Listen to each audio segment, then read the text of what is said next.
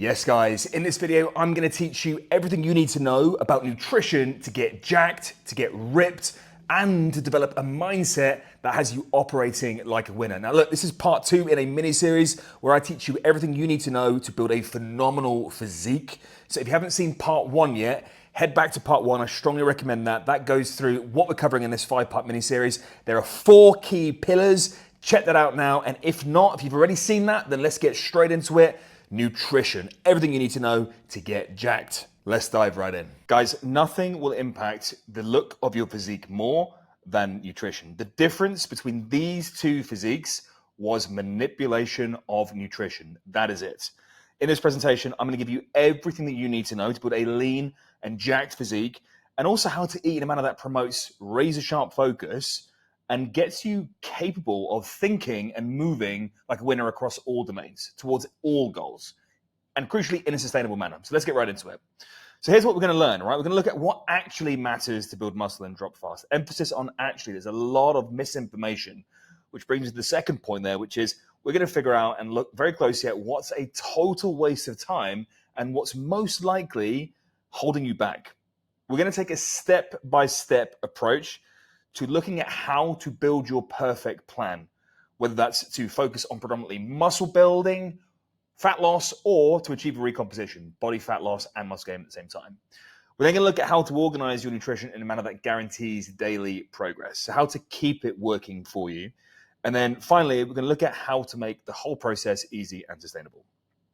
Okay, now to set the scene here, let's look at why most diets fail. If you're watching this, you probably haven't quite yet nailed your nutrition. You probably know there's either scope for a little bit or a lot of improvement. And there's so many areas that you can improve on. So most diets fail because they focus on the wrong things, the wrong strategy, the wrong approach, the wrong quantities, the wrong speed, and so on and so forth. And a big part of this that I blame is social media. I blame social media for people, promoting fads which are usually tied to the sale of some sort of product or service, which are inherently ineffective. Okay, so fads, whether that's a diet structure, a fasting structure, a supplement, they take you off the proven trail. Okay, and what most people end up doing is either flying completely blind because they don't know what is effective. There's so much misinformation, or they end up relying on extreme action. And neither of these things will take you to the physique goals that you have. And then the other big thing that people do with their diets is they have this kind of reliance on punishment. There's this association between a diet being effective and the amount of suffering that one has to endure.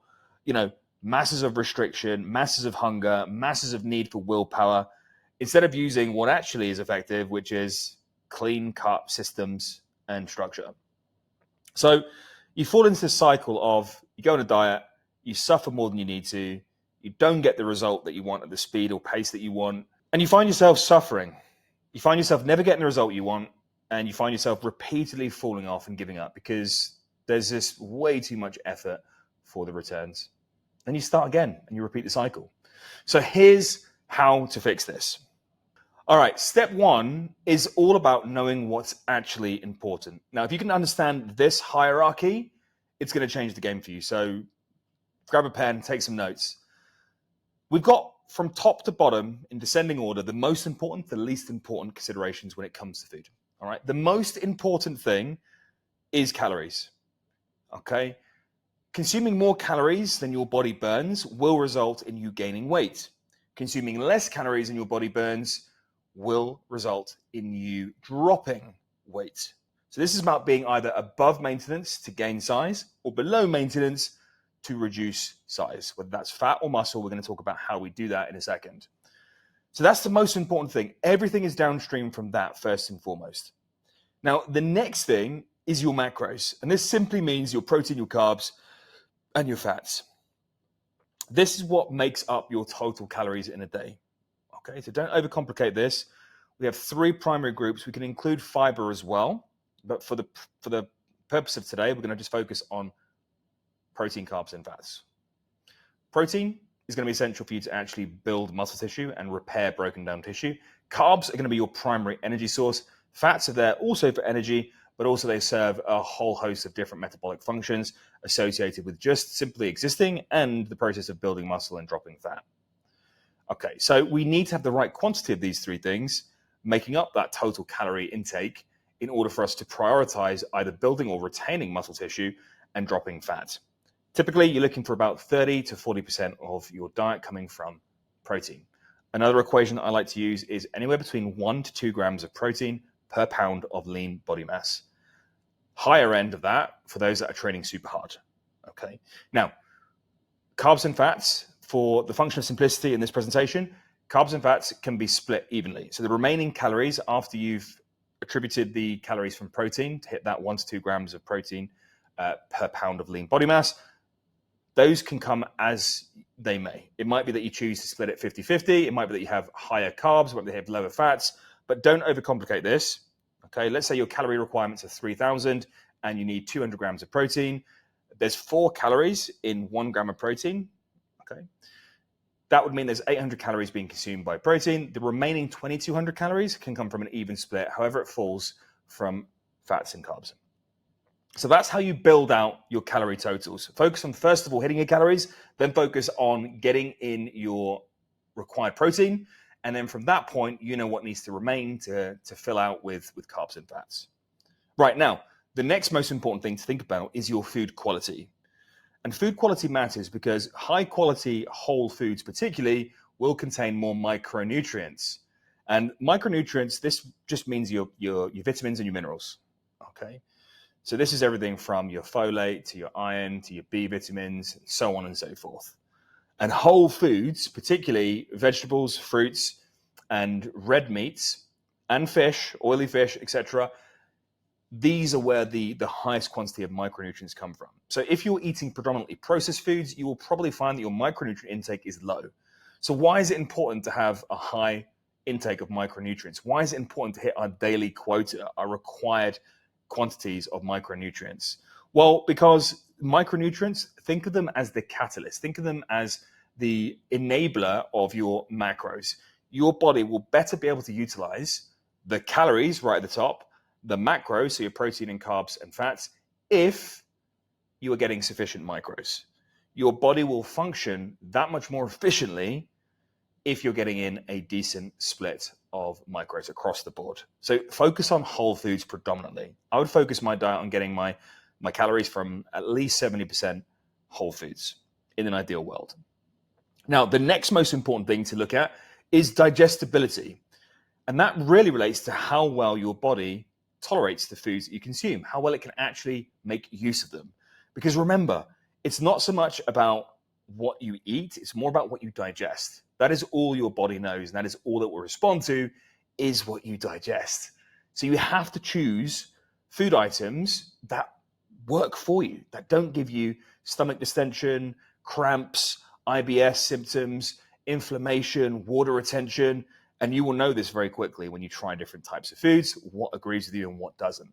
So if there's some influencers out there saying, oats are better than cream of rice, and you eat oats and you get crazy amounts of distension and discomfort, well, that is not the best source of carbohydrates for you. Equally, if you eat red meat, let's say you're eating beef, and the influencer is saying, listen, do you know what? You need to eat more lamb. But when you eat lamb, you get distension, you get cramps, you get blocked up, and so on and so forth. That's no good to you. Okay, if you're feeling discomfort, if you're getting congested, that is not the best option for you. So focus on the foods that you digest effectively and don't disrupt the digestive process, because what matters is what you digest. Now, the least important thing, and actually I would say, the 4 things above, the calories, the macros, the food quality, and the digestibility, these are equally important. They're all as important as the one prior. But the one that gets the most attention is actually the least important of them all. It's not that it's not important at all, but it's the least important. And people put too much focus at the cost of those previous 4 areas. They put too much focus into meal timing and frequency. So what this means is it isn't nearly as important as you think to eat 6 meals a day. You've probably heard someone say, you must eat 6 small meals a day. It's better than eating 2 big meals a day or 3 big meals a day. You've probably thought about when is the most appropriate time for you to eat. And yes, there is some nuance, and you can optimize for better training performance, for better focus during the day by thinking about when you eat certain foods. But don't kill yourself over this, and adopt this simple rule. Eat when it is appropriate and required for you to have energy. Okay? Now, when are those times that you need energy? Training, work, social events. You don't want to be the guy who's starving or flagging on low energy during those times. And if we're thinking about how to build a muscular, lean, ripped physique, the most important time for you to have energy is around your training session, both in terms of the food that's coming in to fuel your session and the fuel that you're consuming immediately after in order to begin the recovery process. So if there was one consideration that I would give you about meal timing and frequency is focus your calories, particularly your carbs and protein consumption, around your training. Make sure that you are not scrimping out on food intake during that time, because that is where it matters most. It's going to directly affect the quality of your training and your ability to recover quickly from the training session. So there we have the most important to least important. This now enables you to reject all of the nonsense about particular food types that supposedly work better than others, particular timing regimens, and so on and so forth. Let's move on. Okay, step 2, be really clear on what is actually a waste of time. And this, again, relates to the things that you'll hear influencers talk about. For instance, cutting out food groups. There are so many diet plans, things like keto, things like carnivore, and so on and so forth, which completely flat out eliminate a total group in its entirety. Now, again, the net result of this, the reason why there is some effectiveness behind this is usually because, especially in the context of fat loss, when you cut out a whole food group, you're going to see an immediate dramatic reduction in calories. But it's not going to be sustainable. It's going to make you deficient in certain nutrients, and it's probably going to negatively affect your digestion if you're just eating meat, for instance. Equally with keto, if you're cutting out carbs, for a lot of people, this leaves them feeling really crap, lacking energy, lacking the ability to focus, and these just immense low points. But the next thing is crazy fasting protocols, a complete waste of time.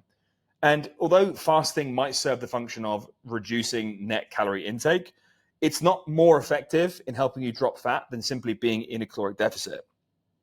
It's not significant at all. So the important thing here is that you're in a caloric deficit if you want to drop body fat, but fasting, so eating, across 16 hours versus across 8 hours, isn't in and of itself going to help you drop more body fat more quickly. However, it might be helpful for you to do so if that fits better in your day. Let's say you work security, you're constantly on your feet, you can't escape to get the food in, then naturally a fasting protocol might work favorably for your routine. But don't implement fasting for the sake of fasting, believing that it's going to accelerate the rate of your fat loss. The next one that's a complete waste of time is people just adopting crazy amounts of training volume, including cardio. I don't want to go into this too much. The next episode, the next part is going to be about training. But again, you don't need to go there. That is not the way forwards. And then the final thing that's a complete waste of time is fat burners. Okay, I'm not talking about your semaglutides and Manjaros. That's a whole different subject. But in terms of thermogenic fat burners, I wouldn't even bother. Okay, the effect is going to be so minimal, but the way they work is through marginally, and I mean very marginally, not significantly, marginally accelerating metabolic rate.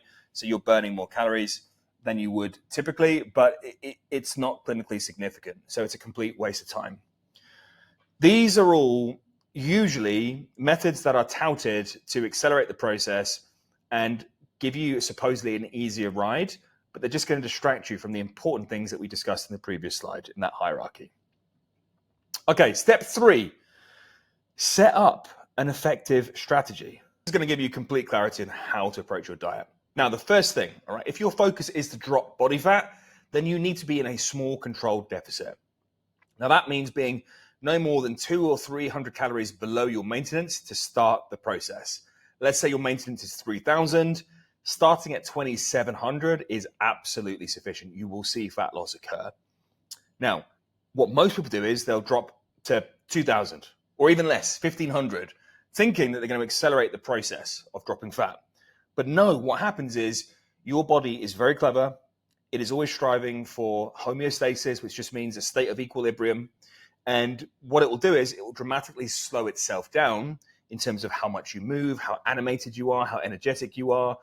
And you will find yourself dropping your maintenance to accommodate that massive deficit, and you will not drop faster at all. Okay, so you want to keep calories as high as possible for as long as possible, which relates to that asterisk point there, that with fat loss, you want to adjust gradually. And the way to do this is you only drop your calories at the point by which you notice fat loss stagnation.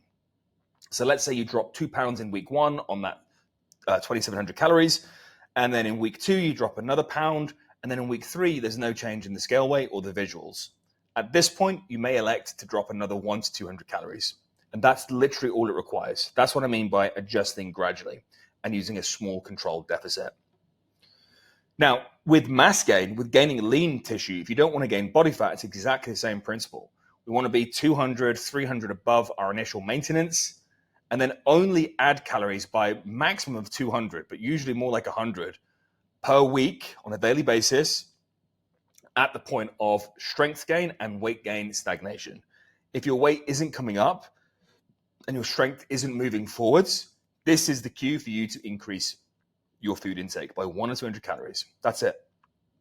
Now, the next thing in terms of the strategy when you're building out your plan, as we mentioned previously, is to establish your protein targets. Aim for about 1 to 2 grams per pound of lean body mass. So for instance, if I were to be a 200-pound man and I had 20% body fat, I'm looking at 180 grams as an absolute minimum of protein, right the way up to, what is that times 2? 360 grams, which is probably unlikely. That would have to be an outrageous protocol. I can't ever imagine it getting there. But between 1 to 2 grams, probably more like 1.5 grams to 1.75 grams is the very upper limit of that. This is a general rule of thumb, and it equates for a little bit of leeway. Okay, the next thing you're going to do is actually decide on your approach, whether you use a flexible approach to your diet or if you prep your foods. Now, with my clients, I always advise, I build them their meal plans, and I advise them very strongly to prep their meals because it comes with a host of different advantages. If you can prep 7 days worth of food on a Sunday night, you are not going to be thinking about what to eat, tempted what you should be eating, wasting time and energy on cooking, diverting to convenience. Your likelihood to adhere to your plan is so much higher than if you were to take a flexible approach. With a flexible approach, you are that much more liable and susceptible to cheating on your plan, to overeating, to undereating, to going for less than ideal unhealthy food choices. Prepping your foods in an ideal situation, if your lifestyle permits it, would always be my first port of call. Now, I understand that sometimes people have lifestyles, and I go through phases of this where I'm traveling a lot, or let's say you're staying at somebody else's house, or whatever. Things can get in the way. And for this, I was just taking a flexible approach, which means if you know your calories, if you know your macros that you need in the course of a day, then you are totting up your totals using a tracking app like MyFitnessPal, and you are tracking along the way and aiming to hit your calories and your macros from predominantly whole foods. And you can see that is at times a very convenient, low stress way of managing it. But you can also see how actually that can be quite stressful if that's your go-to normal situation. If you can avoid that, ideally you do, and you do the meal prep. All right, now we touched on this before, but the next point is to consume your calories during high energy demand activities, i.e. training and work. If you are optimizing for building a muscular lean physique, focus on always having energy during your training sessions and always getting food on board after your training sessions. Doesn't need to be straight after, there's no kind of anabolic window to worry about, but get it in definitely before, sometimes even during. An intra-workout shake can be very helpful to sustain output during a training session, but you need to be well-fed and energized for your training sessions. The rest of it isn't that important. Don't stress over it. Now, the final point I want to make there is consistency beats extremes every single time. So if you're the guy who always struggles with fat loss and you're taking an extreme approach, that is why you are still struggling with fat loss, because the extreme approach is never going to be sustainable. Same with the weight gain. All right, I definitely did it wrong in the past where I tried to gain weight too fast, ended up just gaining loads and loads of body fat and having to do lots of work to get it back off again at the end of the bulk phase. And so the slow way is the fast way.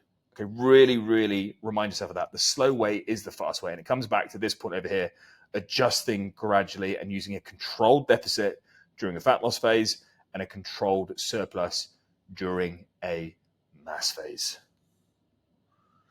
All right, in terms of sustainability, Fat loss or muscle gain doesn't happen overnight. So you have to be mindful of how you can actually use a sustainable process.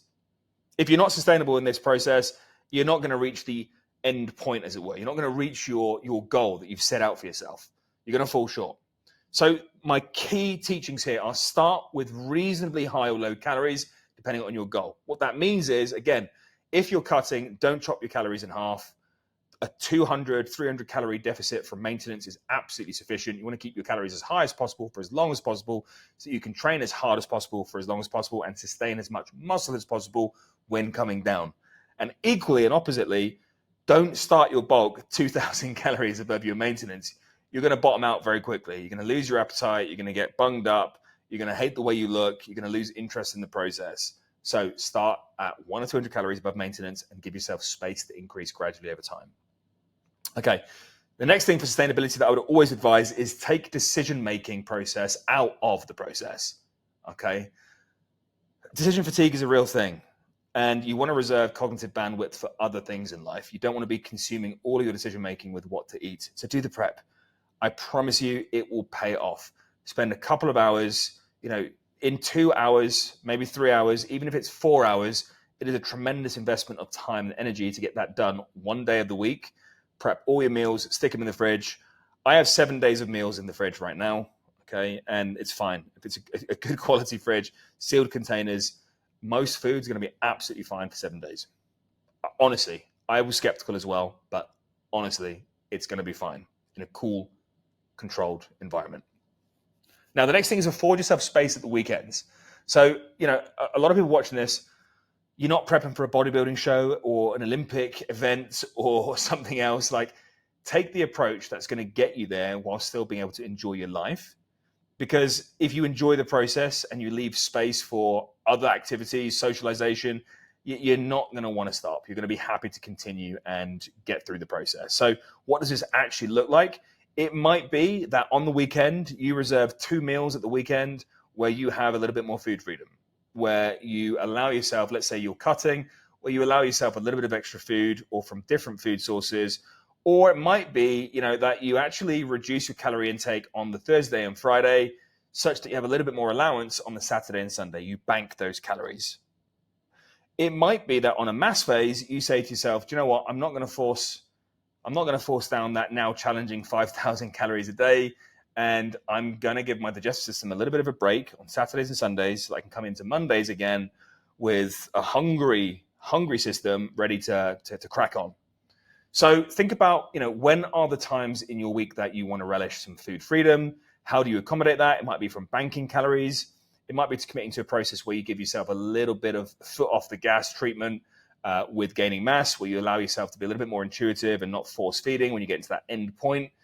But you need to be mindful of, okay, what systems can I use to make this not a living hell? Because it really doesn't need to be. I have more food freedom at the weekends. I reserve 1 meal at the weekends, which is usually when I go out with friends, or date night or whatever. When I go out with the missus, when I'm back in England. I'm in Dubai at this point of creating this video by myself at the moment before the family get here. I reserve 1 meal for going out with Freya, or if I go out with friends over here, just so I can be involved and not, always eat the same foods. And that works. I'm still able to progress on my goals. Easy. The final thing relating to sustainability is using the foods that you enjoy and digest well. Gone through it already, but don't pick the foods that are a chore for you. If you find eating white potato or even cooking white potato a chore, and you'd much prefer just to boil up a couple of kilos of white rice, go with the white rice. It sounds super obvious, but make this process as easy for yourself as possible, both in terms of the preparation and the consumption.